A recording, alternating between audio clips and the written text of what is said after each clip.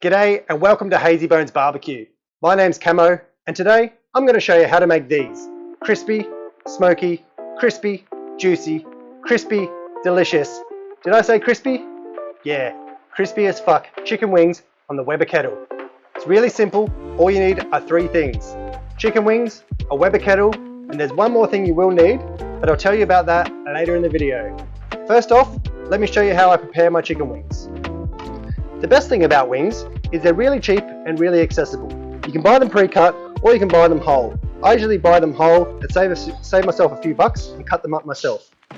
First off, I always remove the tips. I find they don't cook very well, and also I like to feed them to these guys. Yep, they love it. So it's pretty simple to remove. Just make sure you've got a nice sharp knife.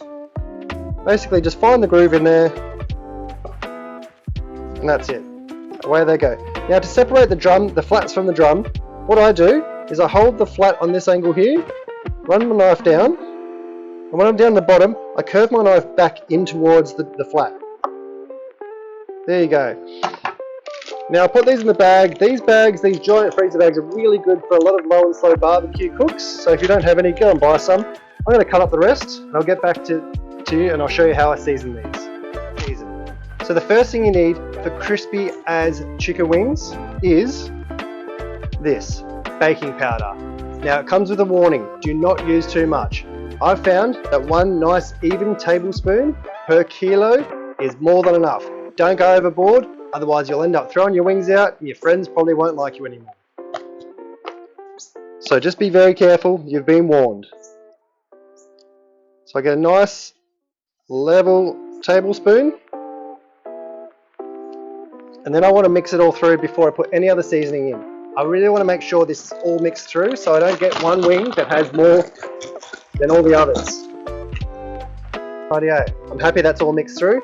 Now, this is the fun part. This is where you can put any sort of rub you want. You can make your own rub. There's 100,000 different rubs on the market. Go buy whatever your favorite one is. Or you can keep it simple like I do. I just use salt and pepper. I use a coarse salt and a coarse pepper, and I use about 2 teaspoons of each, so nice and simple. The reason for this is because at the end of the cook, I like to sauce mine up, and my wife likes to have them plain, and she'll dip them into some ranch sauce or some other sauce at the end. So it's nice and easy to keep it simple. So just salt and pepper, mix it through again. Just get it all nice and mixed until you're happy with it.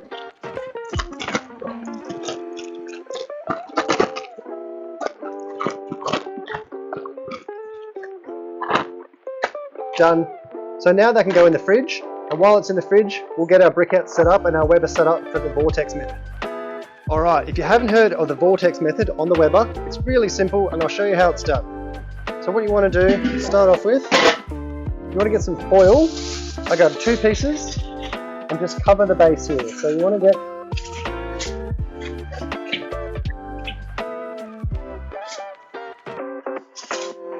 both sides covered.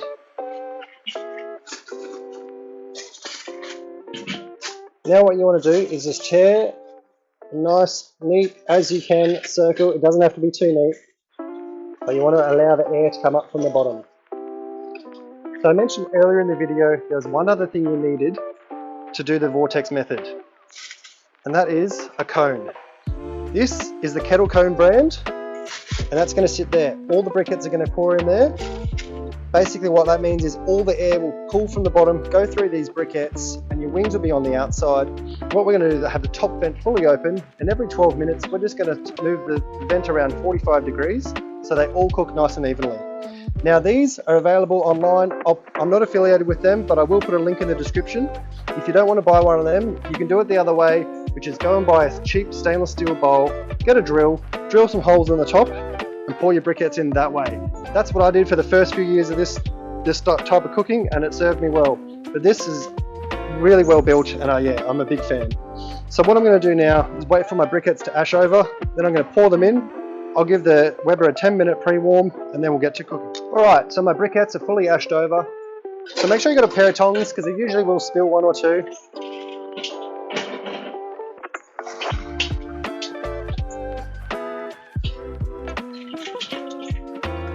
Look at that, didn't spill 1 at all. So we're going to put a top grate on. We're going to set a timer for 10 minutes and we'll come back in 10 minutes. That'll preheat the Weber, but also we'll get some foil and we'll give it a little pre-clean before we put our chicken wings on. Okay, so it's been 10 minutes. What I'm going to do, I've just got a bit of scrunched up foil. I'm just going to give the grates a bit of a wipe down, just to get anything off from last cook. Doesn't have to be much. There you go. Now, in the 10 minutes, I did take those wings out of the fridge just to let them take off the chill a little bit. Now what we're going to do is just spread them around evenly.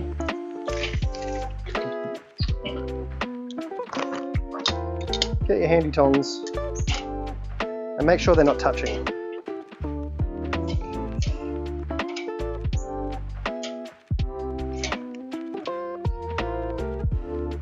Now for this method, I will point out too, about 2 kilos is probably the max you can put on a Weber vortex in this. You might be able to push it a little bit, maybe 2.5 kilos. This is just over 1 kilo. So as you can see, there's not a lot of space, but you could definitely squeeze some more in. You just don't want them touching, otherwise you're not going to get a crispy skin. Now what I want to do is get a bit of smoke on these as well. So I've got a nice bit of apricot wood. I'm really looking forward to trying these. So I'm going to put the lid on and I set my timer for 12 minutes. And after 12 minutes, we're going to rotate, rotate, rotate, rotate, and then we're done.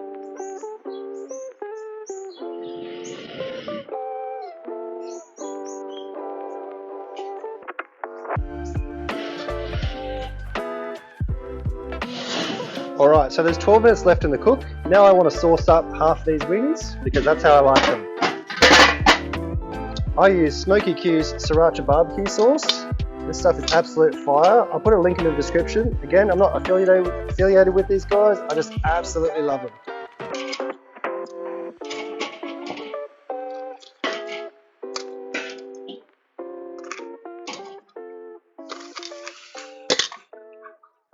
Get them in the sauce, stir them all through, make sure they're all fully coated.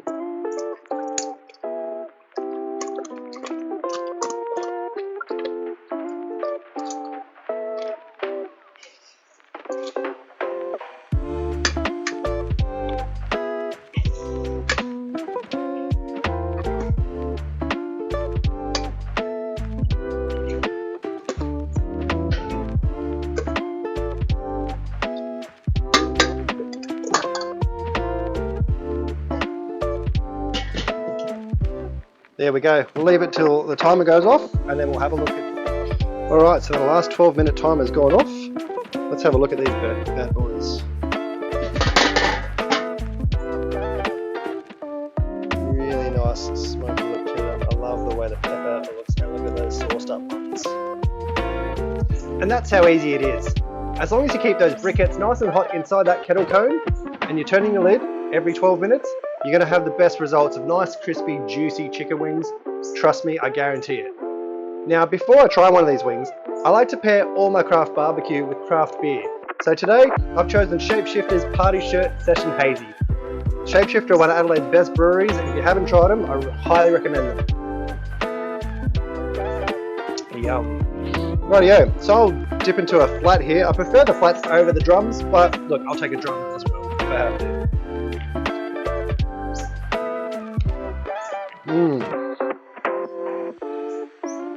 It's just like I said, crispy, juicy, smoky, crispy.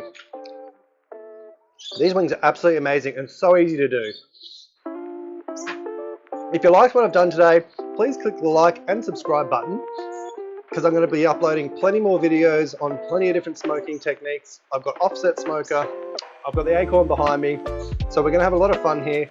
So I really appreciate you joining on and watching this whole video. If you've got any questions, please put them down below. I'm happy to help wherever I can. And look, go get your Weber out this weekend and get to smoking. Cheers.